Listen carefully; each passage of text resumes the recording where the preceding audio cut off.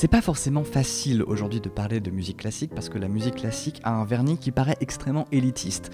Pourtant, la musique classique a infusé beaucoup d'éléments dans notre culture à nous aujourd'hui de tous les jours. Votre réveil matin ne serait peut-être pas le même si la musique que l'on considère aujourd'hui comme classique n'avait pas posé des bases, n'avait pas posé une grammaire, n'avait pas posé une syntaxe. On est un samedi, on est à la 8e nuit originale, il est 18h, on va pas refaire 50 solfèges pour expliquer le pourquoi du comment. Mais, après avoir convoqué Pixelophonia la dernière fois, j'ai demandé à Clara Kane de me rassembler des Avengers de la musique classique pour commencer à tailler une brèche, quoi, dans ce mur d'élitisme a priori, pour pouvoir parler de musique classique bien. Et elle m'a ramené la crème, de la crème, du plaisir. Et c'était vraiment cool d'avoir tous ces gens à bord. Je pense que vous n'entendrez plus jamais la musique de Star Wars de la même façon. Alors, pourquoi qu'on est là ? Donc, vous aurez remarqué l'habile jeu de mots dans le titre, que les intervenants vont se faire un plaisir de m'expliquer pourquoi est-ce qu'on a tort, ça va être épatant.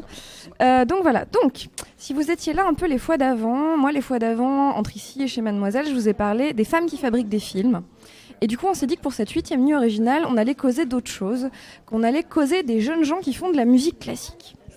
Alors vous me direz, mais enfin Clara, ça va pas du tout, tu dis n'importe quoi, des jeunes qui font de la musique classique, et puis quoi encore ? Tu voudrais pas parler de trucs qui existent pour de vrai, genre des poètes morts ou des remakes de films des années 80 ? Bref, à ces gens-là, nous allons répondre « Mais viens mon jeune ami, viens on est bien, regarde tout ce qu'on peut faire ». Parce que voyez-vous, non seulement il y a des gens giga bien de notre génération, de la génération Trilogie du Samedi, Pokémon, MSN, ça c'était la première heure du live si vous étiez là, n'est-ce pas Pierre, n'est-ce pas Vlad ? Je suis déplacée. Et il y a parmi ces gens-là, parmi des gens qui nous ressemblent, qui vous ressemblent, des gens qui créent, diffusent, mettent en place, programment de la musique classique, ça existe. Et non seulement ça existe, mais en plus, il y en a plein avec nous ce soir. Coucou, c'est le moment où vous répondez. Bref, du coup, pourquoi je vous ai tous fait venir ? Déjà, parce que vous êtes sympas, donc c'est déjà pas si mal. Et ensuite, on a 2 observations. On s'est fait 2 remarques avec Thomas, avec vous tous, quand on a discuté pour préparer cette nuit. C'est pas forcément dans l'ordre, mais déjà, face à l'océan d'Internet, avec tous les contenus accessibles en un clic, c'est parfois très compliqué et très vertigineux de savoir quoi aller regarder, quoi chercher, particulièrement avec tous les algorithmes qui nous laissent dans notre petite bulle pépère avec nos petites habitudes. Du coup, on a besoin de suggestions, on a besoin de gens qui nous montrent et qui nous proposent des nouvelles choses, et c'est quelque chose qu'on fait beaucoup à la nuit originale. C'est pour ça que je vous ai fait venir. Voilà, donc c'est pas facile de savoir quoi chercher. Par exemple, pour vérifier, juste avant de venir, je suis allée chercher mon opéra préféré dans YouTube. Ça s'appelle L'Enfant et les sortilèges, c'est écrit par Maurice Ravel. Et là, juste avec le titre, j'avais 23 100 résultats dans YouTube. Du coup, quoi chercher ? Quoi cliquer ? Quoi regarder ? Quoi le sens de la vie ? Ça, c'était le 1. Le 2, c'est que quand on est jeune, même quand on est un jeune urbain qui va au concert, aux expos, au ciné, la proposition culturelle de la musique classique a beaucoup de mal à se frayer un chemin jusqu'à nous. C'est simple, on dirait qu'on n'est pas franchement envisagé comme un public potentiel, alors que c'est faux. Alors certes, il existe quelques initiatives vraiment bien foutues, dont 2 qui sont autour de la table et dont nous allons parler largement, mais c'est pas encore suffisant, c'est pas encore vraiment le Mexique. Avant de commencer, voici quelques questions auxquelles nous n'allons pas répondre. La première, c'est quoi le compositeur qui fonctionne le mieux pour pécho ? Ensuite, pourquoi les altistes ? Ensuite, j'ai besoin d'un quatuor à cordes pour la soirée de ma boîte, est-ce qu'il y a moyen que tu viennes ? Et enfin, en quoi la synthèse disruptive opérée par Pierre-Henry dans la messe de Liverpool s'inscrit-elle dans une démarche lettriste et hyper-créatiste ? Bisous, bien à vous, cordialement. Merci. Elle n'est pas de moi. Alors, pour parler de tout le reste avec nous ce soir, laissez-moi vous présenter les gens qui nous ont fait l'honneur de venir avec nous. Tout d'abord, Antoine, fais coucou. Antoine qui est à côté de nous, qui est ce qu'on pourrait appeler un corniste badass. Et qui... Comme tous les cornistes. Comme tous les cornistes. Ouais, merci. J'adore les cornistes. Et donc Antoine qui joue dans plein d'orchestres chouettes, notamment l'Orchestre de l'Opéra de Paris, l'Orchestre du Capitole de Toulouse, et l'Ensemble Parallèle qui a été fondé et qui est dirigé par Pierre Monnier qui est juste à côté. Salut. Bonsoir. Bonsoir. Donc Pierre Monnier qui est le chef d'orchestre, le fondateur et le directeur musical de l'Ensemble Parallèle, et on reviendra dessus après. Ensuite, Mademoiselle Aliette Delalleux, salut. Salut.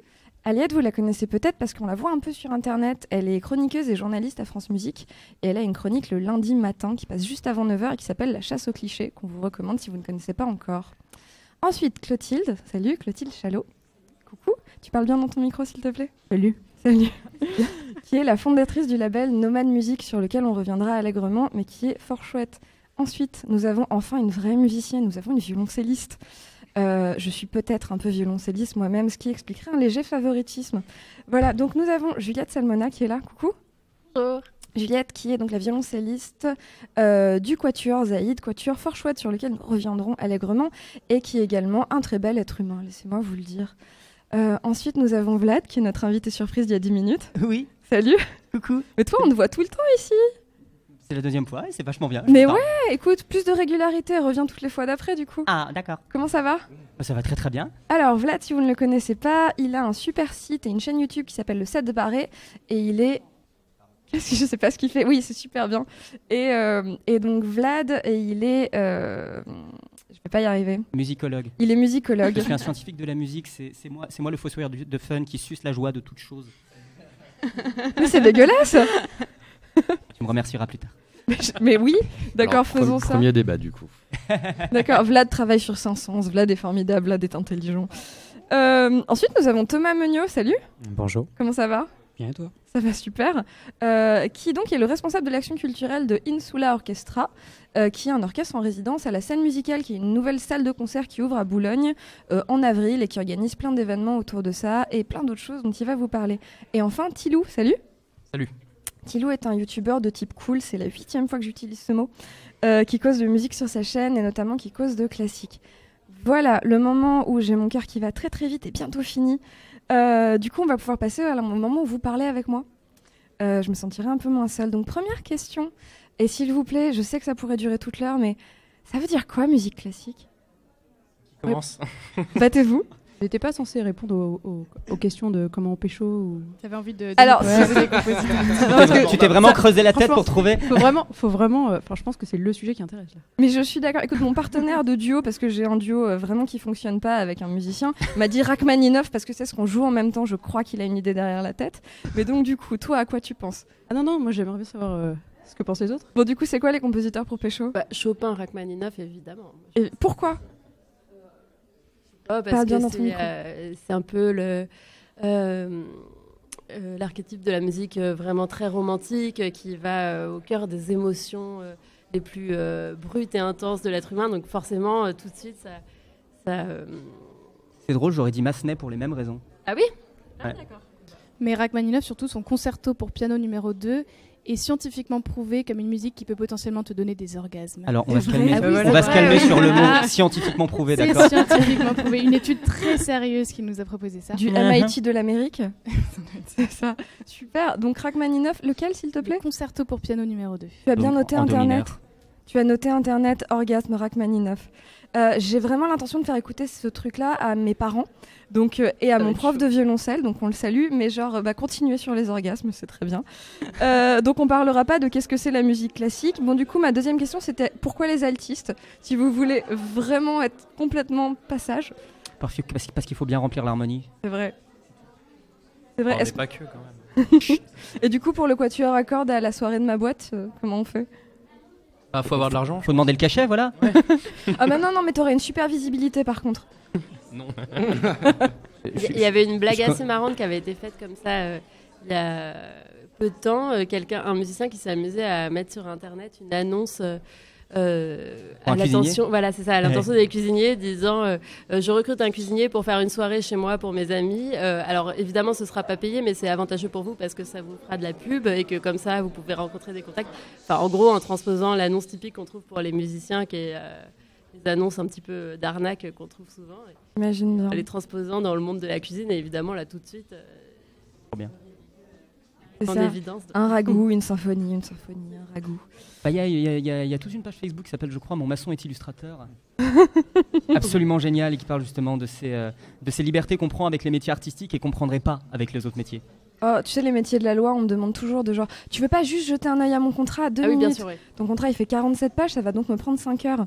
Mais genre, je te soutiens, mon frère. T'as pensé à te mettre au Krav Maga ? J'en fais un peu. Parfait. Bah du coup, puisque vraiment on fait pas du tout les questions, moi je voudrais savoir pourquoi est-ce qu'on a cette image que la musique classique c'est plus exigeant pour l'auditeur ? Pourquoi est-ce qu'on pense que le classique c'est élitiste ? Bonne chance.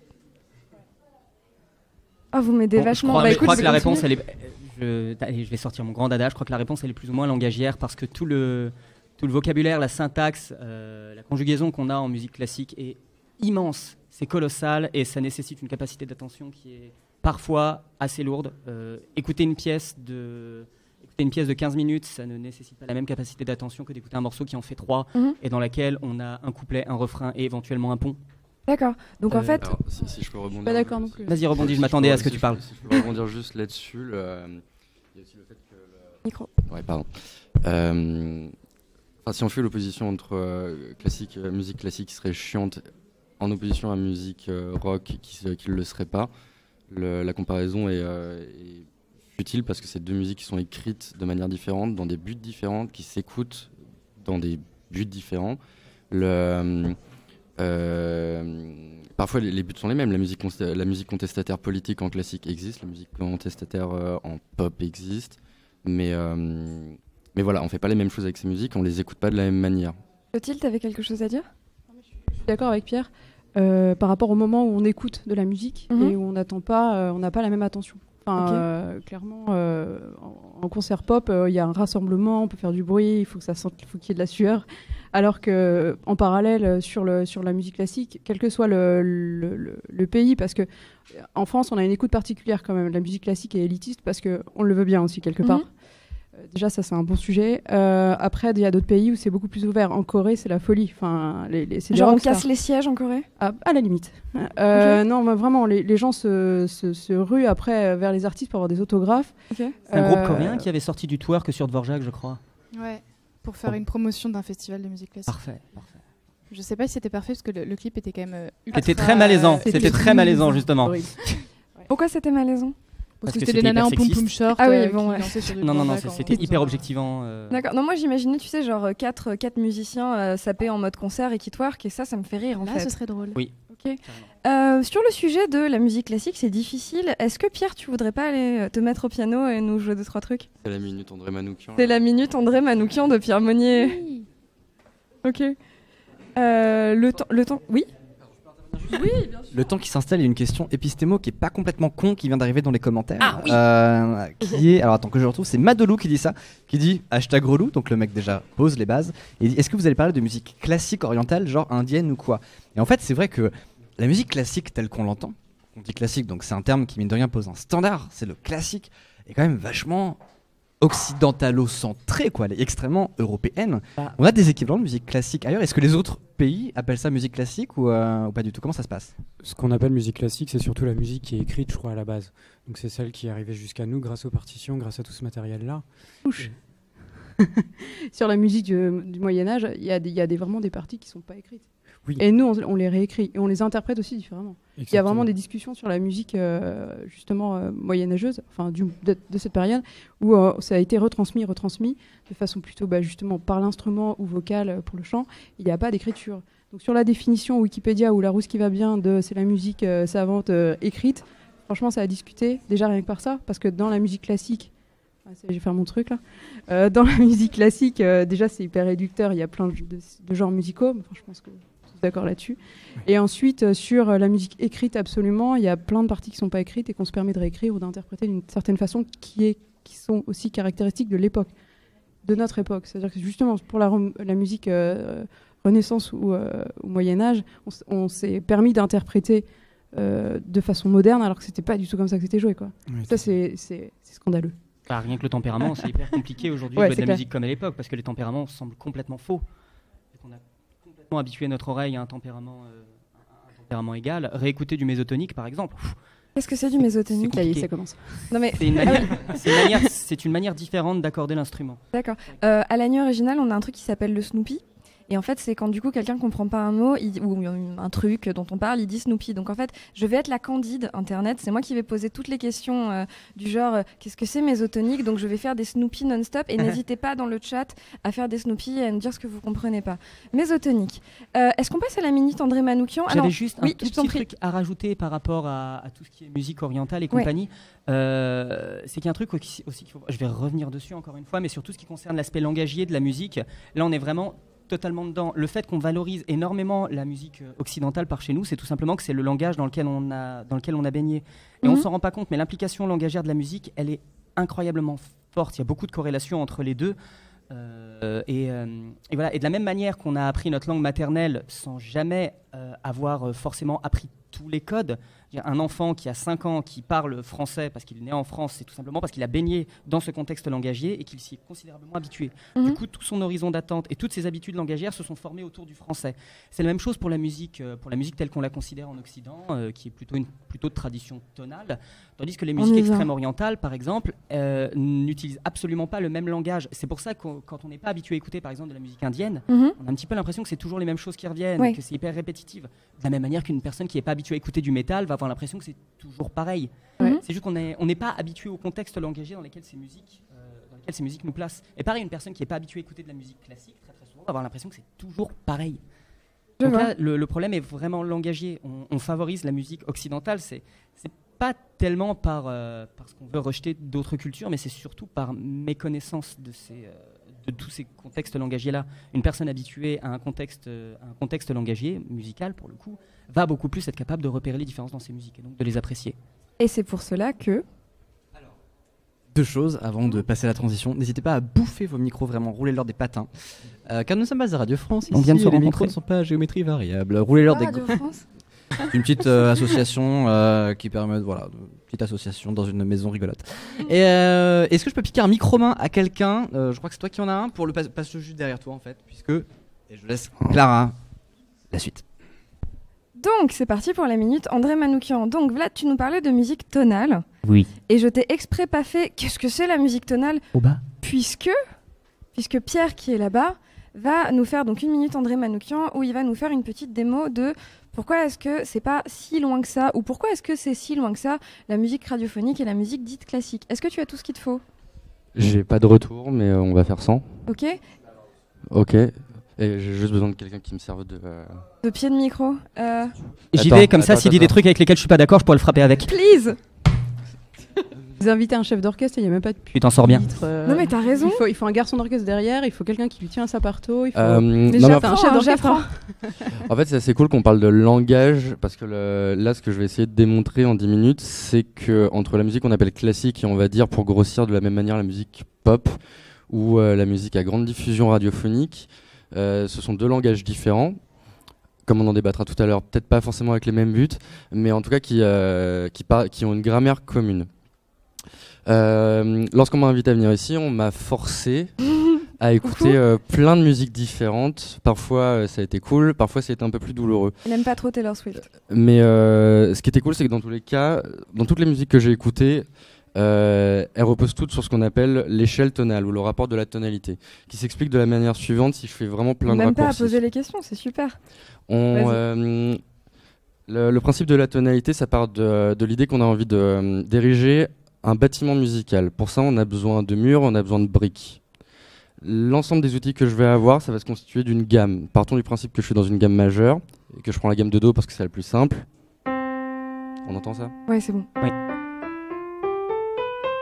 Donc 7 notes différentes, Do, Ré, Mi, Fa, Sol, La, Si, Do. Ça me constitue une gamme majeure, organisée en ton et en demi-ton, mais c'est pas ça qui nous intéresse pour l'instant. Ce qu'on va faire dans le principe de la tonalité, c'est qu'on va hiérarchiser les notes entre elles. Mettons que j'ai envie d'écrire un morceau en Do, je vais prendre ma gamme de Do majeur. Ma première brique, la plus élémentaire, la plus stable, ça va être Do, qu'on appellera la tonique, ce sera le premier degré. Pour construire une maison avec 4 murs, 1 degré, ça ne me suffit pas, il m'en faut au moins un deuxième. Je vais prendre le plus stable par la suite, ça sera le 5e degré. Do, Ré, Mi, Fa, Sol. Si je joue un morceau en Do majeur et que je fais n'importe quoi,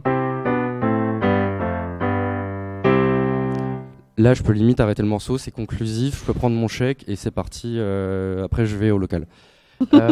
Alors c'est quoi le local? C'est une institution de la musique parisienne. J'ai ma tonique, j'ai ma dominante, donc premier et 5e degré. Si je suis en Do, j'ai Do et j'ai Sol. C'est pas mal, mais j'ai pas encore suffisamment pour construire quelque chose. Donc je vais enrichir le discours. Il y a plein de musiciens qui ont fait leur carrière avec ça. Hein. Attends. Oui, j'y viens. Pour faire un tout petit peu plus riche, on va utiliser de manière arbitraire le 4e degré. Donc si jamais je suis en Do, ce sera Fa. C'est quatrième degré sous dominante, et le sixième degré. Si je suis en Do, ce sera La, Do, Ré, Mi, Fa, Sol. La, sixième degré, Si dominante. Et rien que si je fais ça, si je joue que les basses en partant de cette note-là sur lesquelles je construirai des accords, ça va me donner ça. Et rien qu'avec ça, on a quelque chose qui sonne comme pas grand-chose pour l'instant, mais avec quoi je peux faire 90% de ce qui marche au top 50 depuis les 40 dernières années. Je voudrais qu'on applaudisse mon homme-pied de micro. Si je construis des accords parfaits par-dessus cette suite de notes, j'obtiens ça. Et avec ça, c'est là où on va avoir les extraits, ça va être assez magique. On a un premier truc. Extrait numéro 1. Comme une petite radio. Ah.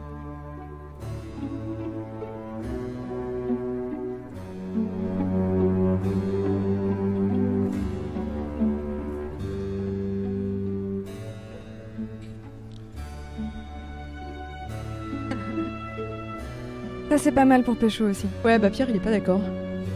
Il pécho pas là. Troisième quoi? Il me semble que ça c'est... Ah, il conteste. Bah, je crois que c'est un 5-6-3 en fait. Ça clash, hein? Génial. On en débattra après, je finis mon truc et après, Ouais. après je finis tranquille. Laisse parler André. Désolé. Là on a le tube absolu, c'est un truc, voilà, c'est tout simple, ça marche bien pour pécho et tout, mais on reste dans la musique dite classique, même si techniquement c'est pas forcément vrai. Si on passe aux autres extraits maintenant. Ça charge. Ça c'est ma contribution, de rien. Le genre de truc qu'on peut écouter pour venir à la nuit originale. La visibilité, ça a un prix en fait.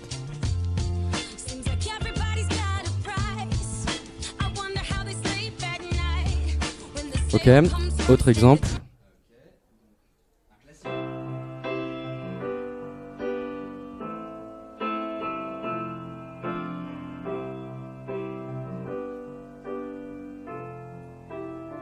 Dernier exemple.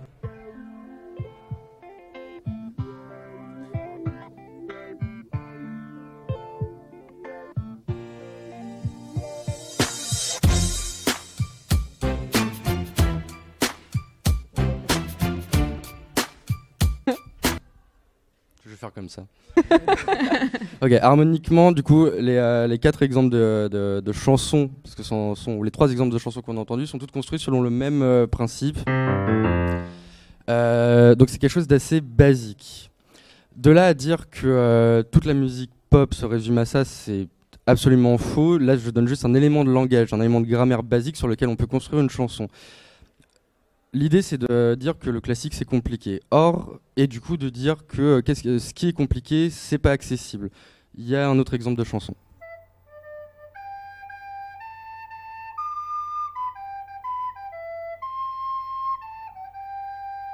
Ça, c'est All You Need Is Love des Beatles. C'est une chanson qui est ultra canonique, que tout le monde connaît et qui passe comme une lettre à la poste dans les oreilles de tout le monde. Il y a plusieurs trucs absolument remarquables sur une chanson comme ça. La première, c'est que le refrain et l'intro sont à 7 temps. Le 7 temps. Dans la musique qu'on consomme en Occident, de la manière la plus facile, on est habitué aux 4 temps, genre...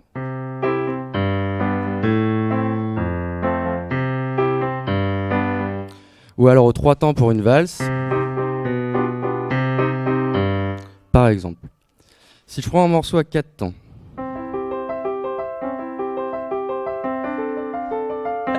Qu'est-ce que c'est ça, Pierre? Qu'est-ce que tu nous joues? Bienvenue à Pôle emploi. Donc ça, en l'occurrence, personne connaît, mais c'est le premier prélude du clavier bien tempéré de Bach. Coucou. C'est à 4 temps. Je le mets à 7 temps. Et Morane, n'importe quoi. Cache la démonstration. Elle participe. Ok, tout de suite, ça sonne à l'oreille comme s'il y avait un peu un Parkinson qui se balade dans le coin. C'est ça, nous on a appelé ça le prélude de Parkinson. Le prélude de Parkinson, voilà. Ça sonne tout de suite beaucoup plus exotique à l'oreille. On n'est pas habitué à ça. Ça Parkinson pas bien. Voilà. Abonne-toi. Police du jeu C'est ça. Ok, je reviens à mon couplet, à mon introduction des Beatles. On a ça. 1, 2, 3, 4, 5, 6, 7, 1, 2, ainsi de suite et ainsi de suite. C'est du 7 temps, ça passe comme une lettre à la poste. C'est seulement une des choses absolument remarquables sur cette chanson. Dans cette chanson, on est sur un 4 tonal, on est dans une tonalité de sol majeur. Pour le refrain, il va à la tonalité de la dominante. Rappelez-vous, c'était ma deuxième brique la plus stable de mon échelle tonale. C'est pas qu'il emprunte le ton, c'est qu'il module carrément. On change de tonalité. C'est quelque chose qui pour un langage de musicien classique paraît très simple, mais dans la chanson, c'est quelque chose qui déjà dénote d'une certaine sophistication du dialogue. Après, il va dans la deuxième partie du refrain, on va carrément jusqu'à emprunter un accord de septième de dominante à une tonalité qui n'est pas encore celle dans laquelle on est, etc. C'est plein d'éléments pour dire que dans cette chanson-là, que tout le monde connaît, que tout le monde a dans l'oreille, que tout le monde est capable de chanter, donc que tout le monde est capable de comprendre, il y a tous ces éléments qui sont très complexes, qui sont très sophistiqués, qui sortent de notre cadre tout bête comme ça, et que tout le monde est capable d'entendre ça et de comprendre. C'est pas parce que quelque chose est complexe que l'auditeur l'a pas dans l'oreille. Et il y a une autre manière, il y a une autre chose. Là, on est sur une grammaire, mais par rapport au son même de la musique, par rapport aux esthétiques, par rapport au son symphonique, il y a un des plus grands vecteurs de... il y a un des plus grands vecteurs de langage symphonique, de langage classique, c'est le cinéma. Et il y a notamment un compositeur qui est pas mal connu pour ça.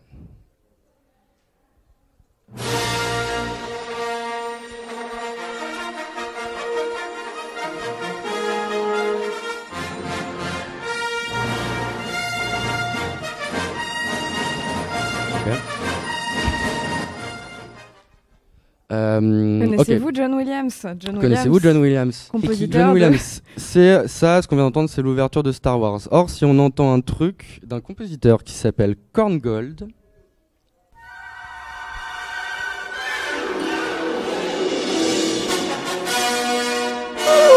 surprise!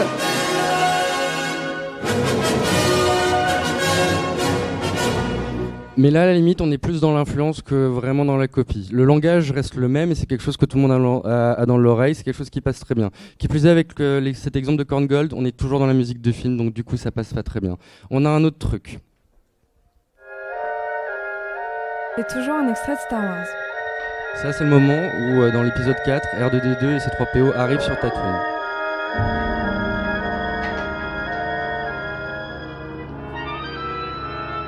Ok.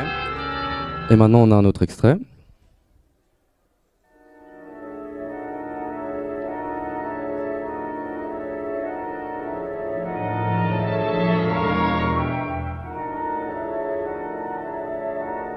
Et ça, c'est le Sac du printemps de Stravinsky.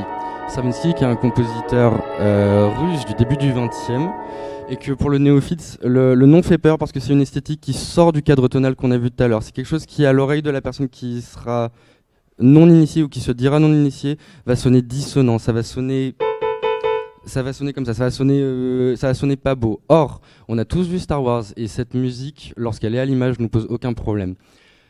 Donc qu'est-ce qu'on peut déduire de tout ça? Ce qu'on peut déduire, c'est que l'idée comme quoi quelqu'un ne pourrait pas aller au concert, que ce soit à la Philharmonie ou autre part, un concert dit classique, parce qu'il n'a pas les éléments de langage, c'est quelque chose de faux. On a tous ce langage en nous, on parlait de langue tout à l'heure, en effet, on a tous ça en nous depuis qu'on est né, et en plus on baigne dedans. On a tous vu Star Wars, donc même un langage complexe et abouti et dissonant, on l'a en nous. Donc ça, c'est un argument qui ne tient pas. Donc tout le monde a les moyens, tout le monde est capable de comprendre le concert. Le deuxième point sur lequel je finirai, c'est que l'idée comme quoi le classique c'est compliqué et chiant et que la pop c'est simple et bête, si on se place d'un point de vue d'un musicien classique, c'est complètement faux. Dans les deux cas, il y a du simple qui marche, du compliqué qui marche pas. Et moi, ma conviction, mais du coup on pourra en débattre, c'est que ce sont deux musiques où les passerelles peuvent être faites. Ce sont deux langues différentes qui utilisent parfois une grammaire commune. Bravo. Amen. Bravo. Amen. Alors, il y a pas mal de remarques, effectivement, vous avez reconnu la petite référence au spectacle d'Alexandre Astier. J'imagine que tu l'avais vu, comme à joie demeure. Voilà, et du coup, effectivement, le passage sur le prélude de Bach qui explique les temps, c'est dedans. Et là, en fait, on a une synthèse de tout ça en bien. Donc, merci beaucoup. Il y a pas mal de refs, en fait. Déjà, il y a deux big up que je voudrais passer. Et une ref qui est passée aussi, celle de Holst, qui a fait la symphonie des planètes. Et qui est en fait c'est l'embryon des musiques contemporaines qu'on a aujourd'hui au cinéma, enfin l'embryon dans l'ancêtre commun plutôt peut-être, des musiques de cinéma, des musiques de jeux vidéo aussi. Donc premier big up. À 3h du matin, Blind Test Gaming. Tu es là, tu viens. Soyez là, moi je serai là, viens. T'es très près de ma bouche. Et T'as bien aimé, arrête, ça me perturbe dans mon travail. Et On peut s'en aller si vous voulez. et On peut rester ensuite, aussi, hein, si vous voulez. et l'autre big up, c'est à Pixelophonia qui était là la dernière fois. Ils reviendront, ils ont fait un petit concert hier. Allez voir, leur live est encore peut-être sur leur page Facebook et ça déchire. Donc allez voir, voilà, bim. Allez, je vous laisse finir. Ouais, Pixelophonia, c'est vraiment les copains en plus. Intéressez-vous à ce qu'ils font parce que ça déboîte. C'est beaucoup trop bien. Ouais, Pierre est venu à une répétition une fois avec moi et il pourra témoigner. J'étais au concert hier surtout. N'est-ce pas? C'était comment? De ouf. De ouf. Ok, donc maintenant qu'on a à peu près établi qu'on a tous de quoi aller au concert classique, attaquons-nous à ce qui pose vraiment problème en général, c'est les potes qui répondent « Ouais, mais le classique, c'est chiant ». Qu'est-ce qu'on leur répond? Philippe Jarouski avait donné une réponse que j'ai adorée dans une émission, je crois Qui que c'était quand est il est arrivé dans la Philippe boîte à musique. Philippe Jarouski, c'est un excellent contre-ténor. Les contre-ténors, ce sont des chanteurs hommes qui utilisent leur voix basculée, ce qu'on appelle Comme parfois la Macron voix de fausset. Pardon. Macron est beaucoup Oh mon plus Dieu. dans une Macron est beaucoup plus dans une voix ventriculaire, tu vois. Notre projet. Mais Macron, du coup, a bossé avec, je crois, un baryton basse, un truc comme ça. Peut-être Ouais, que il a eu Aliette des le cours, sait. ouais. Je suis l'actualité de la musique classique à fond. Désolé. Oui, il a pris des cours avec un chanteur, je ne sais même plus qui. Jean-Philippe Lafont. Ah, Je suis pas certain qu'il ait envie qu'on donne son nom quand on voit le résultat de son travail. Tu sais. Mais non, parce que c'était Non, c'est après, post, c'est après. Ah, d'accord. post-meeting, un Oui, peu c'est ça, foireux. parce que tout le Il monde s'est fallait. foutu de projet. Bah, il s'est peut-être dit que, quitte à ce qu'on refasse de la musique sur mes meetings, autant que ce soit bien fait. C'est peut-être ça. Alors, Tapez Macron donc, Heavy Metal, Philippe, c'est parfait. Philippe Et donc Jarouski. Philippe Jarouski a dit, mais on peut pas dire on n'aime pas la musique classique. La musique classique, c'est 400 ans d'histoire. On peut Comme le pas, fromage. on peut pas rejeter ou la bière. Les bières.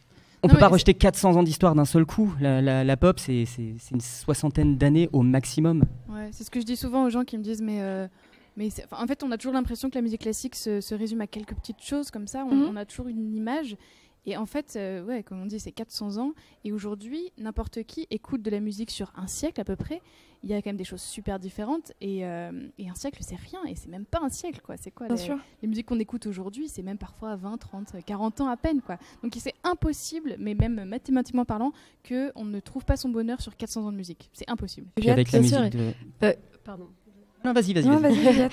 Non, mais je vais pas répondre directement à qu'est-ce qu'on répond aux potes qui disent la musique Non, classique mais- c'est chiant. Mais par contre, de mon expérience et d'expérience qu'on a vécue avec mon quatuor à cordes, il y a quelque chose de très frappant, c'est que quand on va jouer de la musique devant des petits enfants, donc vraiment des jeunes de moins de 10 ans, qui n'ont pas encore passé le cap de l'adolescence, où on fait vraiment gaffe au regard des autres et où on fait attention à surtout pas avoir l'air chiant et pas cool, et ces enfants, ils sont toujours émerveillés par la musique, par voir des instruments à cordes, voir des sons qui sont produits juste par des instruments en bois. Ils posent plein de questions, ils ont toujours envie d'en savoir plus. Et c'est pas que de la musique simple. Je me souviens d'une fois, on s'est retrouvés au fin fond du Berry devant 2 classes d'école primaire à jouer à un quatuor de Zemlinsky, donc compositeur viennois du début du XXe siècle. Un compositeur où plutôt normalement quand on propose à des programmateurs de concerts de jouer du Zemlinsky, ils nous disent plutôt oui il va y avoir personne au concert, jouer plutôt du Mozart. Donc là on a joué du Zemlinsky à des enfants de 6 ans au fin fond du Berry et ils étaient complètement à fond, ça les faisait marrer, ils voulaient savoir tous les effets qu'on faisait avec nos instruments et tout ça. Donc je crois qu'il y a vraiment quelque chose de l'ordre de l'éducation qui fonctionne pas aujourd'hui parce que il y a un réel intérêt de l'être humain pour la musique. Et je pense que ça, après, je sais pas, dans la façon dont l'éducation est organisée, il y a quelque chose qui bifurque à un moment où on passe de cet émerveillement d'enfant à un état, enfin une étape où finalement on se dit en fait c'est chiant, c'est pas quelque chose de cool d'aller à un concert classique, donc je vais plutôt m'intéresser à d'autres musiques. Je sais pas, moi j'ai l'impression qu'il y a quelque chose à saisir, en tout cas à ce moment-là de la vie des gens. Ouais, voilà. Je trouve qu'on n'entend pas beaucoup Thomas et Antoine et Thilo. Oui, alors justement Parlez-nous. sur ça, je voudrais rajouter un petit truc. Je pense qu'il y a un énorme mur aussi qui est créé. Oui.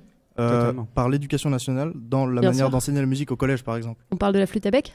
Exactement, mais c'est un débat sans fin. Alors, Je Aliette pense est que- flûtiste. Chut. Non, mais c'est Ah non, mais c'est c'est hyper beau la c'est un flûte à instrument bec, hein, magnifique. mais Non, c'est bien. Mais c'est que ce soit la flûte à bec ou même le clavier ou n'importe quoi, bien sûr, je pense que là-dessus, il y a des progrès énormes à faire. Et effectivement, quand on est néophyte de la musique et qu'on débarque dans un cours de collège, ça donne pas envie de continuer. Hein. ouais, bien sûr, vraiment. ouais. Honnêtement, alors je suis prof au collège. Petite anecdote Non, comme mais ça. alors, mais, c'est complètement- Déjà au niveau de la flûte à ça bec, dépend, hein. Évidemment, elle ça est dépend plus du dans les prof. collèges. On est d'accord? C'est depuis, depuis Non, un petit non, moment. pardon, Ouais, non, ouais. on parle de notre On époque. parle d'un là, donc traumatisme effectivement, commun. c'est fini. Maintenant, T'as ouais, pas il y a grandi plus de dans flûte à les bec. années Et, 2000. C'est l'époque trilogie du samedi, là, tu vois, il y avait encore la flûte à bec. Ok, mais moi, quand j'étais au collège, donc j'avais de la flûte à bec, mais nos profs nous faisaient écouter du classique. Et, ils nous faisaient écouter, je crois, je me rappelle, il y avait le Dies Irae de Mozart, je me rappelle, le Rex, Tremende.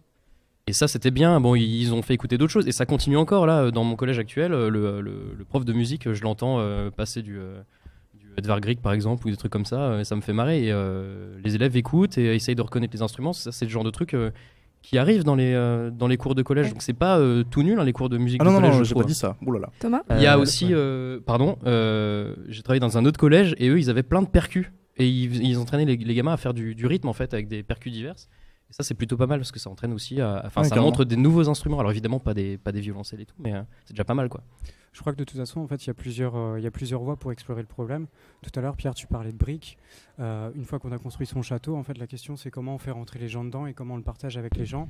Tout à l'heure, tu parlais de la boîte à musique. Jean-François Gisèle qui l'anime et qui est un mec absolument formidable qui fait Qu'est-ce que c'est la boîte à musique? Alors c'est une émission sur France Télé, la chaîne exacte m'échappe, Ok, ok. mais c'est France une 2, émission je de vulgarisation de la musique classique qui est absolument extraordinaire.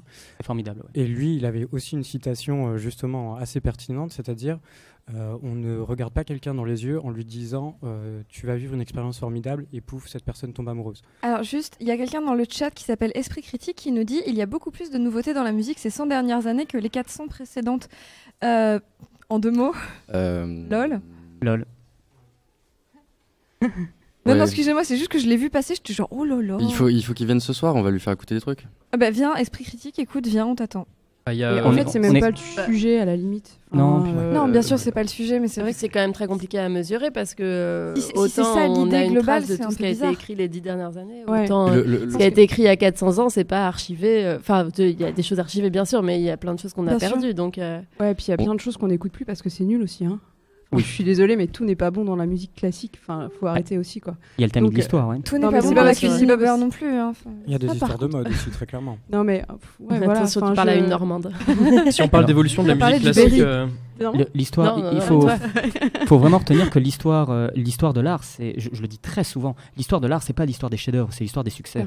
Oui, alors Oh. pour revenir sur la petite remarque là, je sais pas si du coup la personne fait référence par exemple à l'évolution du jazz, mais ce qui est assez intéressant avec cette histoire là, c'est que si on part d'un point de vue, là par contre, tu as le droit de me contredire si jamais je me trompe, mais si on prend partition à l'appui, c'est une musique, le jazz à la base c'est une musique orale, mais que maintenant on peut écrire, ça a évolué de musique orale à musique écrite, c'est une musique savante. Ce n'est pas une musique savante occidentale, c'est une musique savante qui vient d'autre part. Là, on parle de classique. Depuis tout à l'heure, on parle de musique classique, mais en fait, on parle pas de classique. Classique, c'est une période donnée de 50 ans dans une histoire qui en a 400. J'ai On posé parle- la question on tout à parle- l'heure, je- vous j'aimerais avez bien voulu revenir parler de là-dessus, pécho. justement. Alors, juste, je termine par J'ai rapport à la prévu une réponse vidéo de la personne là. Est-ce que Euh, Bach c'est du classique bah, du coup Est-ce que ce bah, jeu de mots non. épatant du titre Non, c'est C'est celui qui a ouvert la voie au classique, on peut dire. Ok. Un peu. Enfin, J'aurai un truc à dire après, mais vas-y. D'accord. entièrement, juste si En on, tant si que on- violoncelliste, Bach c'est important, hein, tu sais. évidemment. on parle de l'évolution de la musique comme de l'évolution d'un langage. On parle d'intervalles qui, à un certain moment de l'histoire, ont été admissibles, puis admis, là où 200 ans avant, c'était pas le cas. Le jazz, par exemple, est un exemple concret de, en effet, une histoire qui s'est faite exactement de la même manière. On est parti d'une musique modale, d'une musique orale à une musique polytonale, polyrythmique. C'est du name dropping, mais voilà. Dans l'espace de 60-100 ans. D'accord, c'est allé très vite. Mais dans tous les cas, le fait de quantifier, ça me paraît complètement absurde parce qu'on ne juge pas de l'histoire, de la qualité d'une musique par rapport à sa quantification Bien sûr. en termes de chiffres. Et ensuite, dans tous les cas, mais c'est par les rapport à musiques, cette idée autant le jazz que ce qu'on appelle le classique, que Mhm. la pop, que le rock, il y a des très bonnes chansons j'aime pas le reggae, mais il y a de super chansons de reggae que j'adore, qui sont super bien écrites. Parfois, il y en a certaines que j'adore et qui sont pourri. Mais c'est ce qu'on Dans disait tout à l'heure sur le paysage, fait que le paysage. quand t'es pas éduqué, enfin, quand C'est le problème. t'as l'impression que tout est identique et c'est En un peu fait, dommage. c'est un peu le problème, c'est qu'il y a une question éducation. Pour écouter la musique classique, il faut être éduqué. C'est un peu agaçant, ça, déjà. Bien sûr. Et ça, déjà, moi, ça m'agace. Enfin, c'est comme quand mon père me disait, tu vois, c'est facile les maths, et qu'il commençait à partir tout seul, alors là, directement, il avait perdu. Donc, un type qui m'explique le solfège pour me dire, tu vas voir, pendant 4 ans, et des cours pratiques, jamais on fait ça pour aller voir un concert de pop, et Bien sûr. on n'a pas un cours de solfège pour la guitare. Pourtant, les types, ils sont passés aussi par le conservatoire, généralement. Mhm. Et là, du coup, ça devient compliqué et scientifique. Et là, franchement, moi, personnellement, on perd déjà en premier. Et on perd tout le public aussi, parce que du coup, on a toute notre journée de boulot, on a des données tout le temps, on a, je sais pas, des problèmes, des trucs, des joies, c'est super.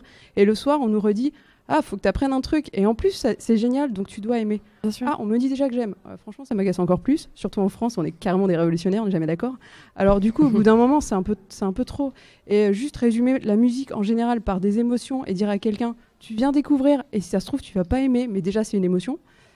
Voilà, c'est déjà une première approche de la musique où on écoute, on aime, on n'aime pas. Et ça revient complètement à ce que tu disais sur l'expérience avec les enfants. Les enfants n'ont Clairement. tellement pas de base, de repères, que c'est que de l'émotion, c'est que ça. Et qu'aujourd'hui, nous, on réfléchit ou on a l'impression qu'il faut penser la musique, mais non, c'est absolument pas ça. C'est un art, ça se ressent, ça se pense pas. C'est de la spontanéité. Et ça évolue de manière différente. C'est comme avec le théâtre où Phèdre, c'est tout aussi bien que Feydeau. Par rapport aux enfants, j'avais une. C'est beau ce que tu dis. N'est-ce pas ? C'est vrai. D'accord. Est-ce que ça t'aide à pécho, du coup? Parler de Phèdre, carrément, ouais.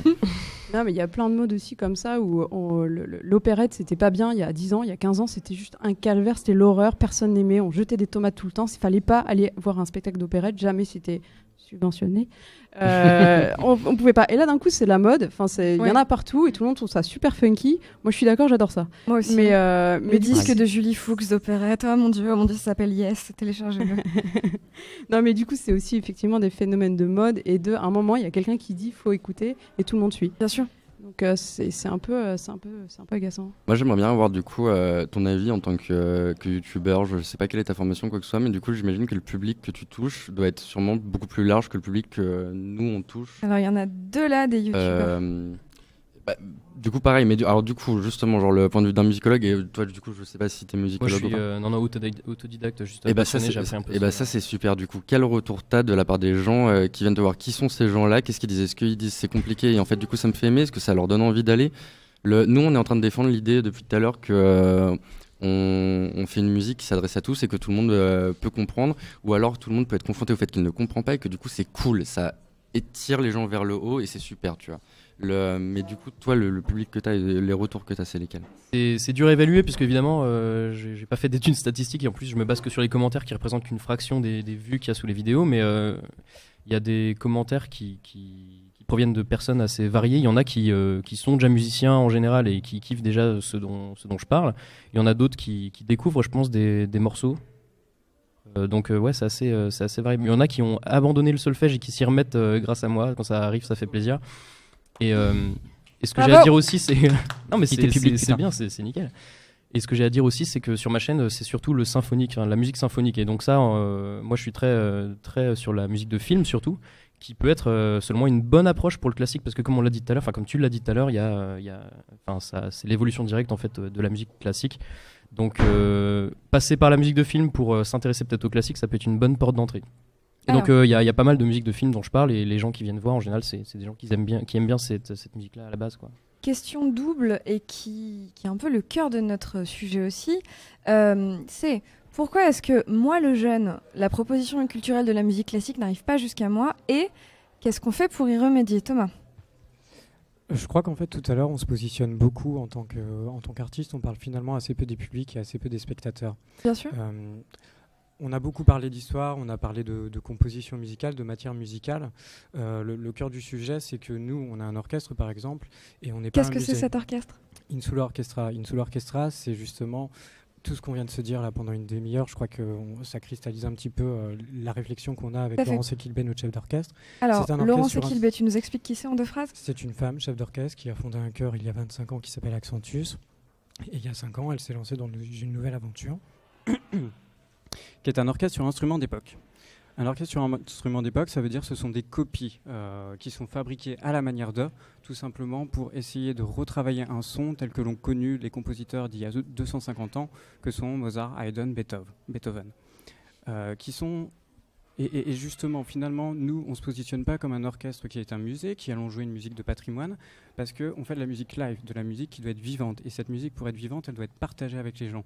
Et c'est pour ça que c'est super important, en fait, non pas qu'on vienne avec une attitude hyper paternaliste, hyper didactique, on va vous faire aimer quelque chose de beau, parce que ça n'a aucun intérêt. Et c'est le meilleur moyen que les gens justement se braquent et refusent d'aller vers nous. Parler d'émotion, c'est bien, mais par exemple, il y a un tas de musiques qui ne sont pas immédiates, qui ne provoquent pas des choses immédiates, qui sont justement très intimes, très intérieures. Est-ce que ça veut dire que si elles nous font rien dès le premier coup, contrairement à une symphonie de Beethoven par exemple, qui généralement sont assez éclatantes, est-ce que cette musique ne vaut pas le coup? Non. Le but tout simplement de la musique, je crois qu'elle doit être partagée, ça doit être de créer de la proximité avec les musiciens.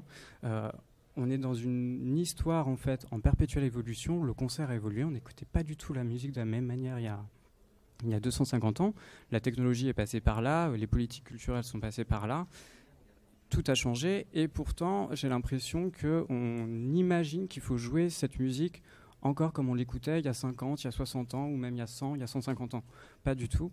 Donc nous, notre orchestre, on s'installe en résidence. Donc ça va être un lieu de travail pour nous à Boulogne-Billancourt, dans une nouvelle salle qui ouvre dans un mois. Ça s'appelle la scène musicale. Exactement. Jeu de mots. Et on va poser une question de manière très honnête. Ouvrir une nouvelle salle de concert à Paris en 2017, qu'est-ce que ça veut dire? À quoi ça sert? Il y en a déjà tellement. Et justement, nous, on travaille à des propositions, notamment pour les jeunes, et je crois que c'est ceux qui nous regardent majoritairement, tout simplement pour recréer de la proximité avec eux. Le but, c'est... Moi, je crois que la musique classique est devenue un grand entre-soi. On se croise souvent les mêmes personnes au concert, on se croise souvent dans des événements comme ceux-là. On se connaît à peu près tous. Or, comment on ouvre le cercle, comment on intègre des gens qui se pensent éloignés de ce répertoire. Et donc, tout simplement, nous, ça passe par des choses. Travailler sur les formats, c'est créer des clips, c'est créer des expériences immersives qui ne passent pas nécessairement par le concert ou par le disque, comme Mozart 360. Où est-ce qu'on retrouve tout ça, du coup ? Alors ça, justement, nous, on va balader ces choses-là. Il y a des choses sur YouTube. Vous pouvez regarder un clip qui a été réalisé. On est deux à travailler sur ces projets-là. Blandine Berthelot, qui est une femme formidable, qui est juste derrière moi et qui me regarde. Et on fait coucou. Coucou. Bonjour Blandine. Et elle est musicologue. Donc justement, son travail, c'est de tout simplement chercher comment on transmet le message du compositeur, comment on transmet ce qu'il voulait provoquer chez nous. Le micro. Fais des bisous à ton micro. Comment on transmet ça aux gens d'aujourd'hui, sachant que justement, ils n'écoutent pas la musique de la même manière qu'on l'écoutait il y a 250 ans.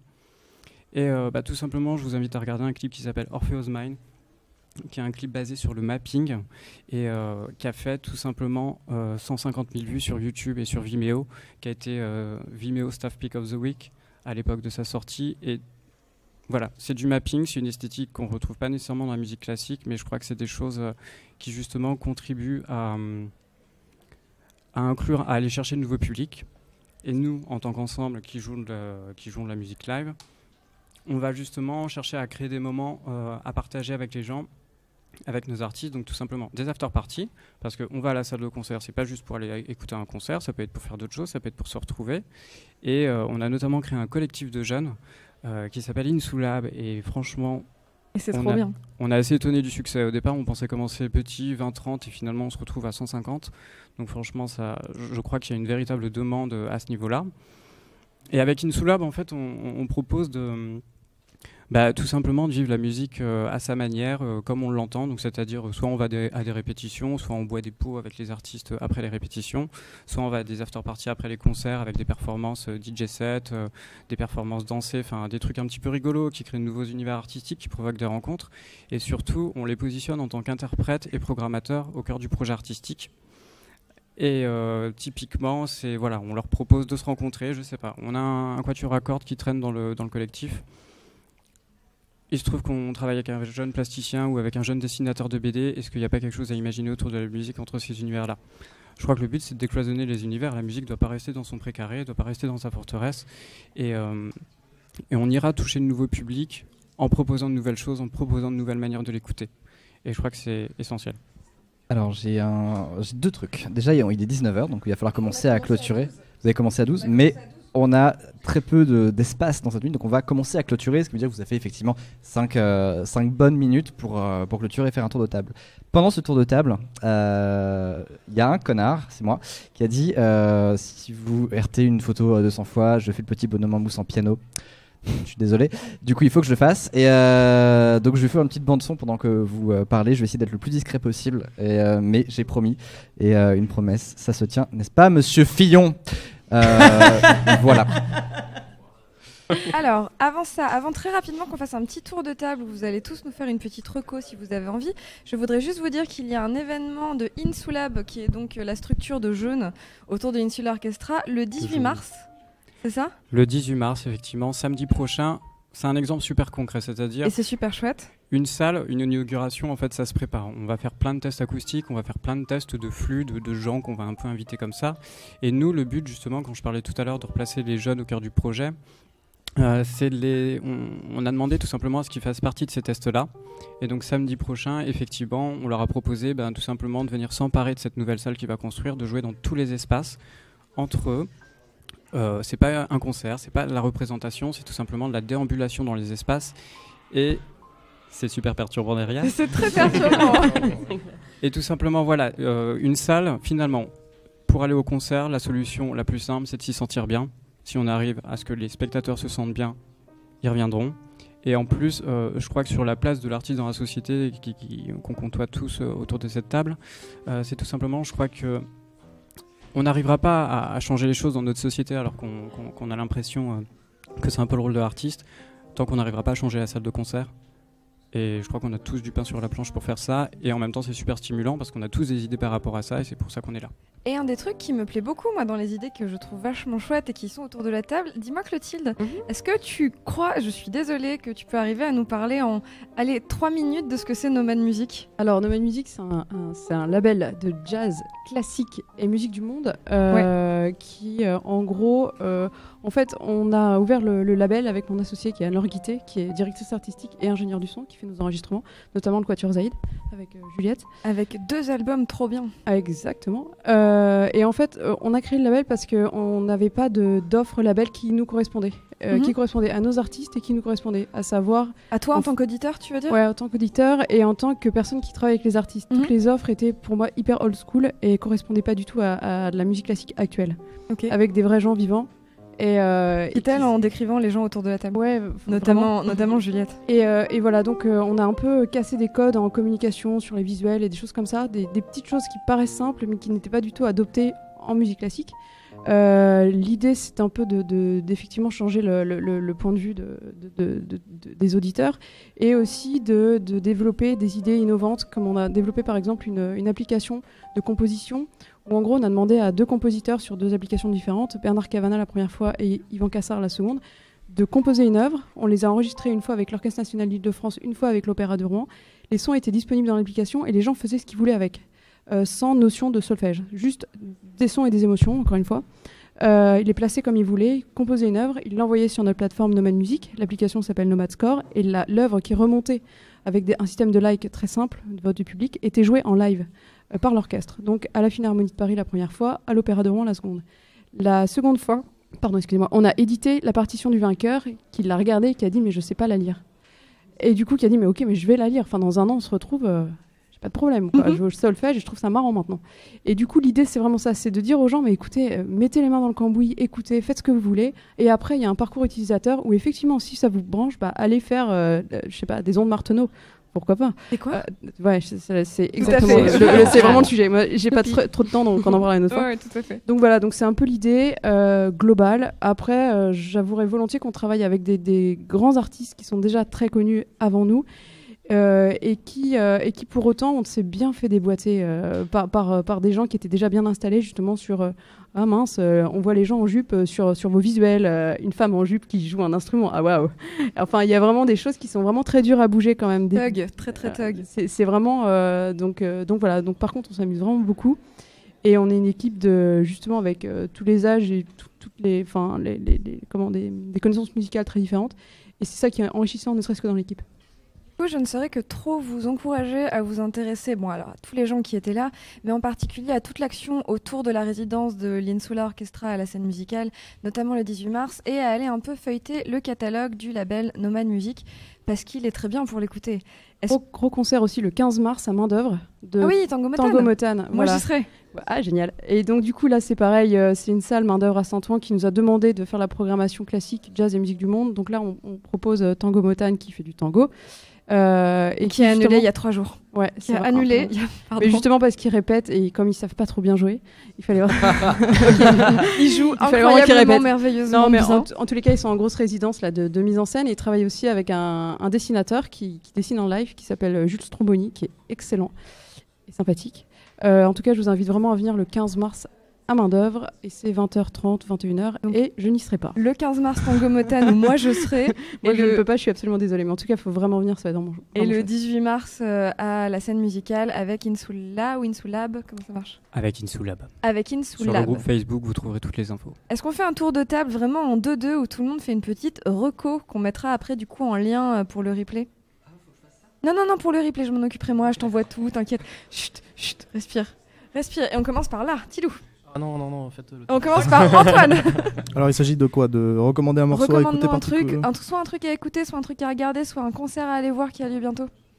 Et bah pour des néophytes de la musique classique, je dirais qu'une 6e symphonie de Beethoven par exemple, ça peut être un très bon moyen d'entrer dans ce monde-là, dans le sens où déjà les mouvements ont des titres.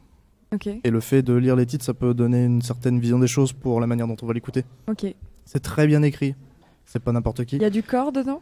Oui. Magnifique. Voilà, 6e de Beethoven. Pierre?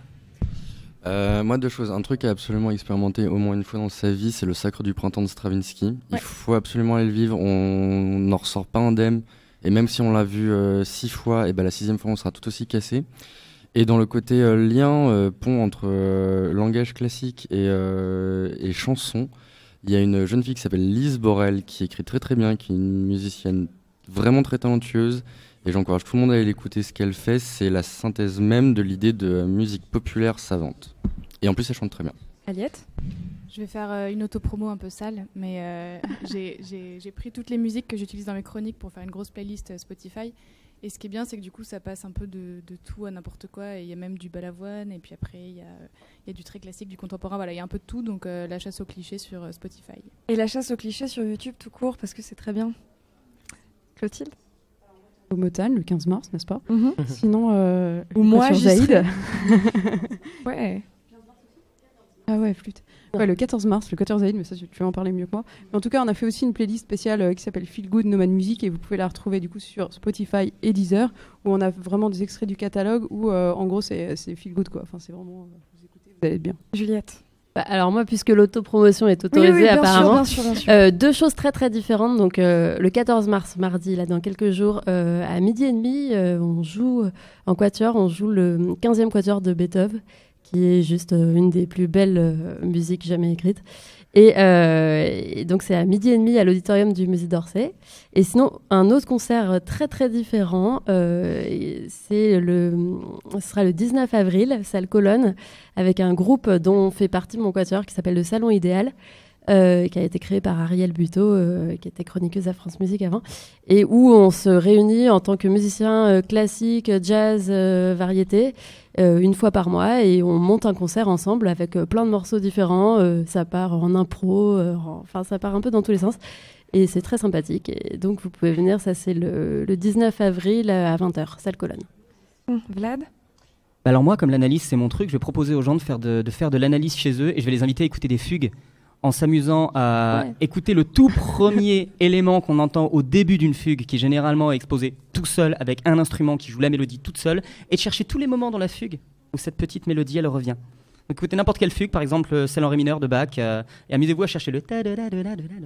Et après on t'envoie un mail et tu renvoies une correction argumentée, ça va être super. C'est très bien ce que tu dis, ouais. Parce que justement l'intérêt de la musique classique, c'est que les musiciens ils s'amusent avec un thème et ils en font tellement de choses plus que dans la pop, et c'est toujours intéressant d'essayer de l'écouter avec attention cette musique là. Enfin, voilà, vous savez que la fugue ça fonctionne là-dessus, ça fonctionne sur un thème qui revient dans toute la pièce, donc on a la bourre, amusez-vous à écouter. On a la bourre, Thomas.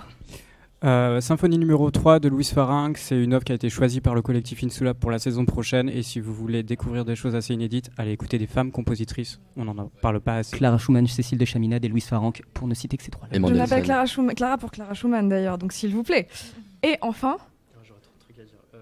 Un seul, on est déjà hyper à la bourre. Je sais pas, moi j'aime beaucoup le concerto pour piano de Mozart numéro 20 par exemple, je trouve qu'il est assez puissant et tout ce qu'on vous propose d'écouter, faut pas, à mon avis, faut pas se le mettre un peu à la va-vite en faisant autre chose à côté, faut essayer de rentrer dedans, si on est chez soi, monter le son à fond et s'imprégner vraiment de la musique quoi, parce qu'on rentrera dedans et je pense qu'on l'appréciera que mieux, enfin c'est mon avis. Et après si on peut aller au concert, c'est encore mieux. C'est venir au concert. Quand on voit les musiciens jouer le truc, c'est inégalable quoi, donc voilà.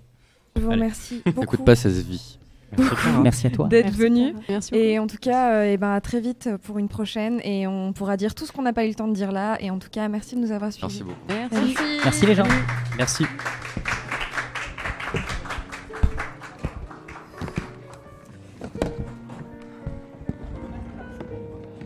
Ce concerto pour violoncelle à celui de son mari. Sa mère qu'elle ait arrêté